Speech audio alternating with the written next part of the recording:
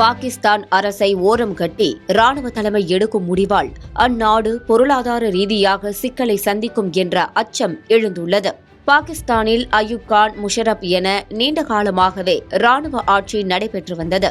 அதனைத் தொடர்ந்து கடந்த சில ஆண்டுகளாக அங்கு மீண்டும் மக்களாட்சி நடைபெற்று வரும் நிலையில் அங்கு ராணுவத்தின் அதிகாரம் நாளுக்கு நாள் அதிகரித்த வண்ணம் உள்ளது.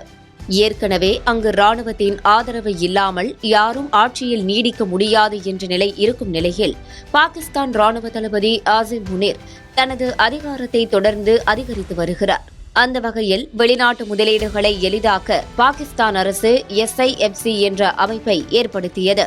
ஆனால் இந்த அமைப்பு முழுக்க முழுக்க ராணுவத்தின் கட்டுப்பாட்டில் இருப்பதோடு வெளிநாட்டு முதலீட்டாளர்களிடம் அரசுக்கு பதில் ராணுவ அதிகாரிகள் பேச்சுவார்த்தை நடத்துவது சர்வதேச அளவில் சர்ச்சையை ஏற்படுத்தியுள்ளது. சீனா மற்றும் வளைகுடா நாடுகள் பாகிஸ்தானின் எரிசக்தி, தளவாடங்கள், சுரங்கம் மற்றும் உள்கட்டமைப்பு துறைகளில் SIFC-யின் பிரத்யேக வழிகாட்டுதலின் கீழ் முதலீடு செய்து வருகின்றது. அதோடு இந்த அமைப்பு நாடாளுமன்றம் அல்லது பிரதமரின் கட்டுப்பாட்டில் செயல்படாததும் விவாதத்தை ஏற்படுத்தியுள்ளது.